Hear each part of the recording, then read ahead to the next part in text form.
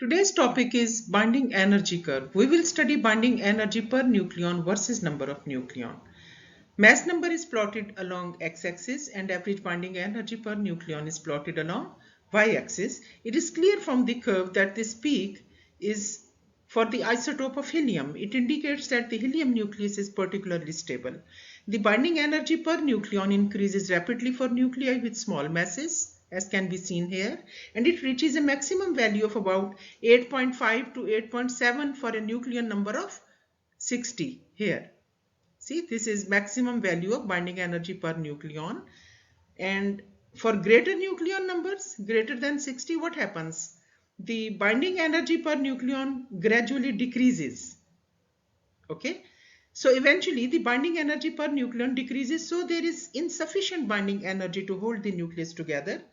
Nuclei more massive than the nucleus of bismuth here, they are unstable and hence they are radioactive.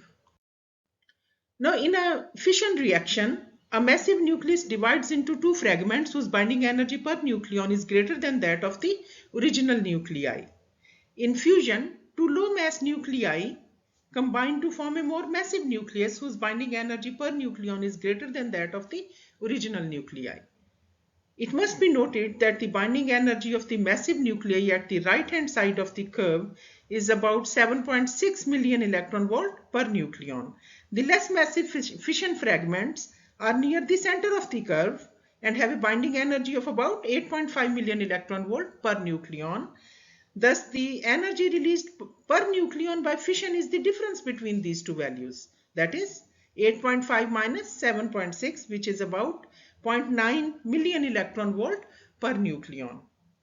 Another means of generating nuclear energy is due to fusion, as is indicated at the far left hand side of this curve. As I have told you already that in a fusion reaction, two nuclei with very low mass and relatively small binding energies combine together or fuse into a single more massive nucleus that has a greater binding energy per nucleon. Substantial amount of energy can be released during a nuclear fusion reaction.